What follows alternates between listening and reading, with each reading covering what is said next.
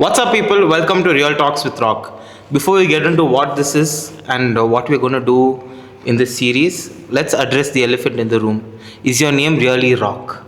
Yeah, my name is Rock. I mean, people think that I've named myself Rock because of the way I look, but that's actually my name. It's Justice Rock Clive. Is that your name on the Aadhaar card?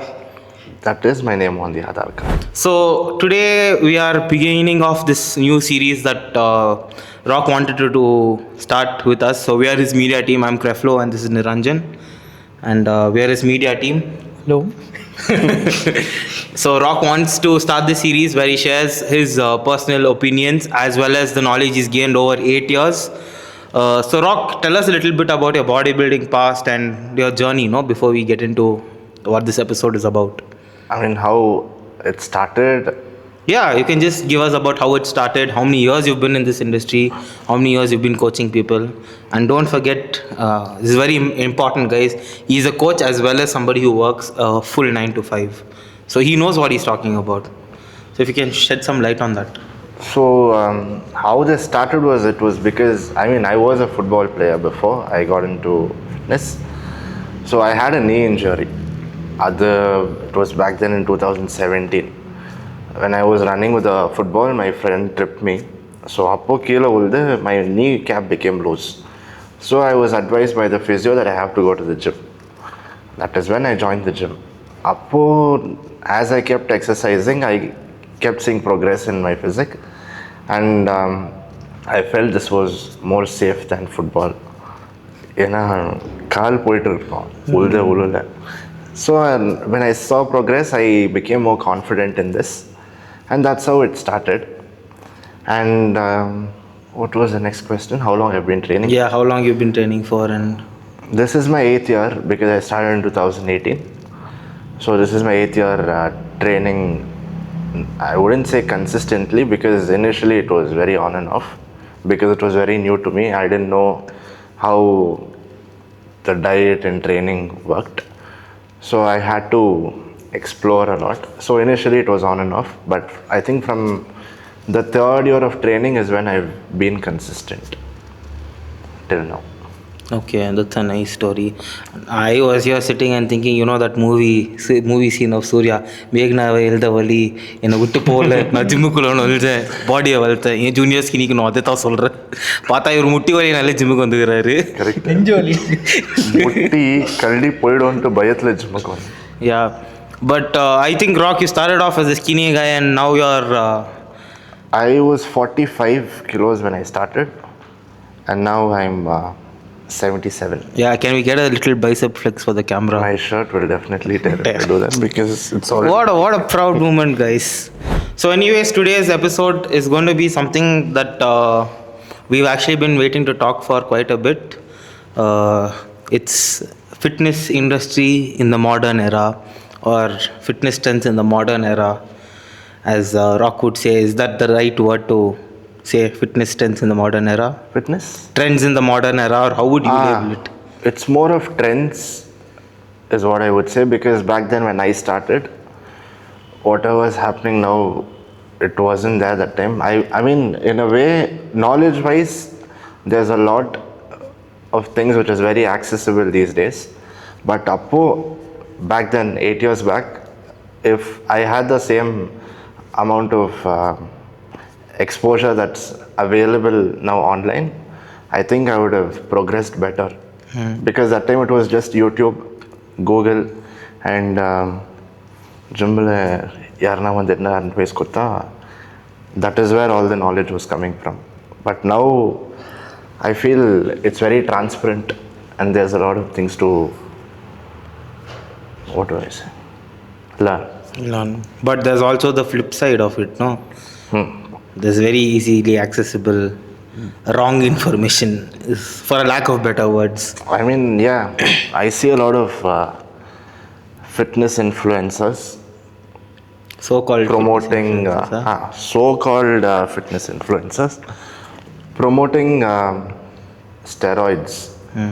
Nowadays, most of the Instagram users are the school kids and college students, and on their feed, when they see these kind of videos where people promote steroids for muscle growth, teenagers are very, what do I say? Easily Not influenced. easily, easily influence is there, and they expect for shortcuts. It could be because of their age, because there are a few influencers who claim themselves as 17, 18 and 19 years old when they are actually not, and they'll be very built and jacked, I would say.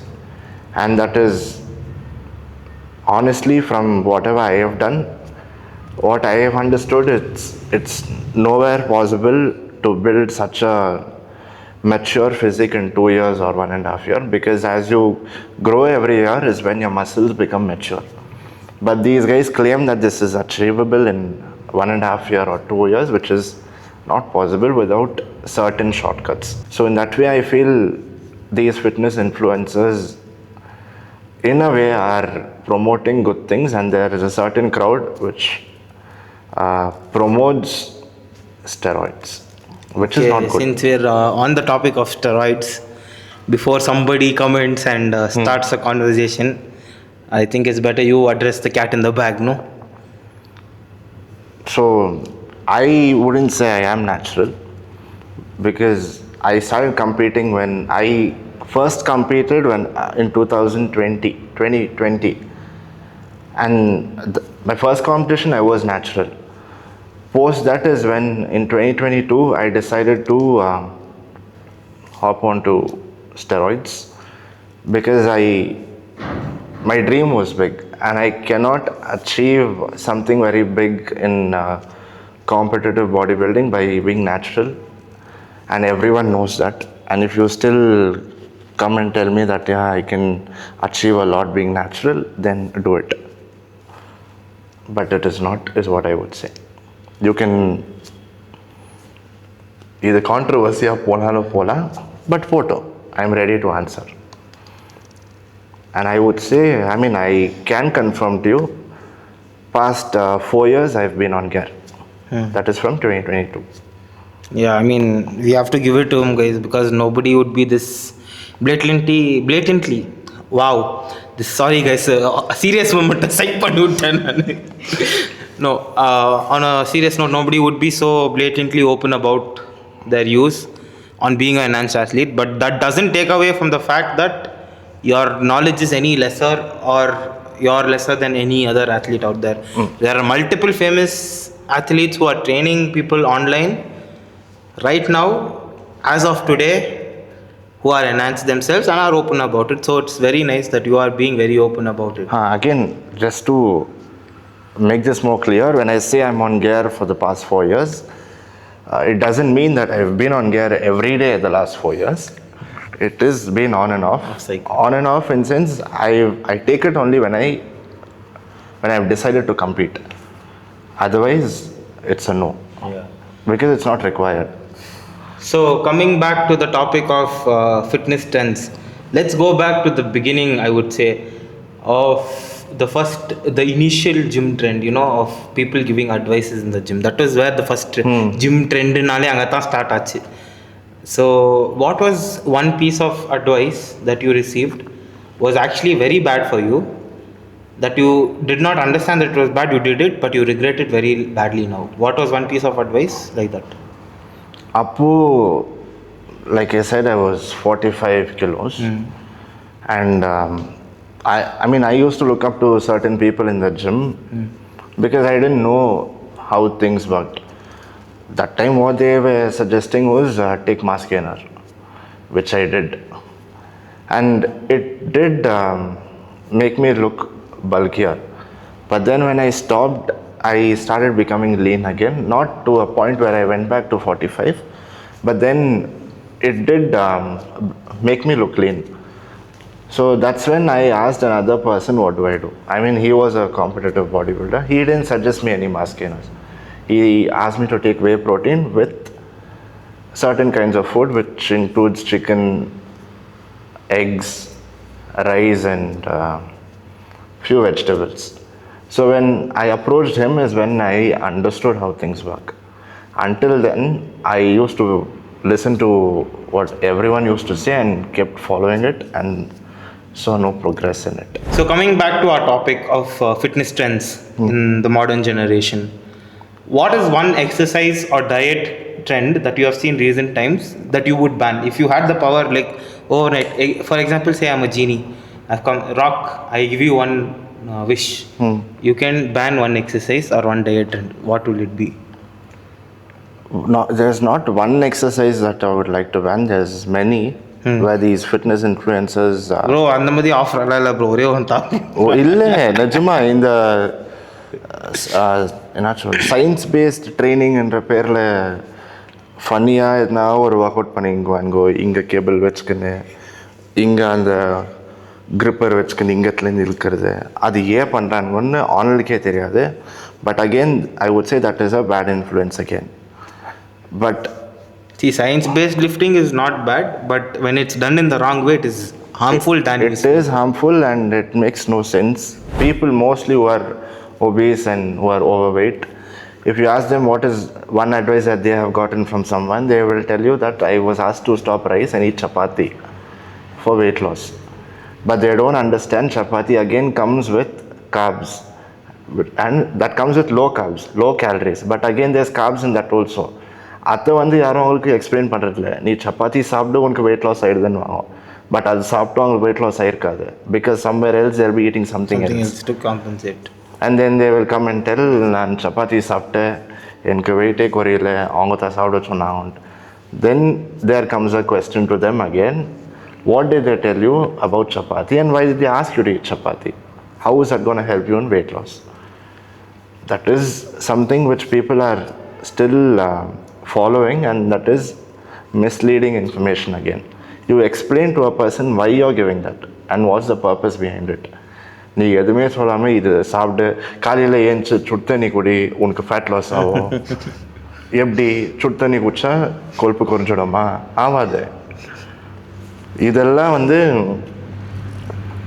Wrong information. Fact bro, fact தான் இது. நானே நிறைய வாட்டி கேட்டுக்கிறேன். இதுதான் நான் இப்போ நம்ம see, if you have to sit and explain, you can start about how rice has a very high glycemic index, it has fast glucose release, அதனால அதுவும் இன்சுலினை ஸ்பைக் பண்ணும், அதெல்லாம் எக்ஸ்பிளைன் பண்ணலாம். ஆனால் the point of getting into so much depth to a normal person whose first response is to just get fit doesn't make sense. Somebody who is not interested in learning all of that. Let's talk about something that is very rampant in the modern fitness area. Supplements. People are taking supplements without fixing the basics. What is your comment on this? Again, what do I say? I mean, most of the things that they see online is only about these ads that come up with supplements, but they don't understand why they are taking it and what's the purpose behind it. Same like what I explained before. Supplements is required. I'm not saying no, but again that is an alternative. You're still supposed to eat what you're supposed to eat. Focus on the other things also. When it comes to creatine, whey protein, BCAAs, we explained that in our reel. அதுலேயே நான் க்ளீனாக explain பண்ணியிருக்கிறேன் இது என்னத்துக்கு use ஆகுது, இதில் alternate என்ன பண்ணலாம். We have posted content also which shows how they can alternate supplements. If people understand that, they won't be prioritizing supplements more, because what they're investing on the supplements, they can still invest more on the food part and recovery on those aspects as well. But concluding what you asked, they need to focus on their eating habits, sleep, hydration, and recovery also. Top of that, they should take supplementation. Supplements, I would say they can use that on days when they are not able to complete or என்ன சொல்றது, இப்போ creatine எல்லாம் daily எடுக்கணும், but these other things, whey protein அதெல்லாம் வந்து if you're not able to consume so much amount of protein on that particular day, அன்னைக்கு நீங்க use பண்ணிக்கலாம். But if you're capable of eating so much protein, eat it better. Your can- muscle texture, the muscle way your muscle fills out also will change based on that, no? Your muscle quality also changes.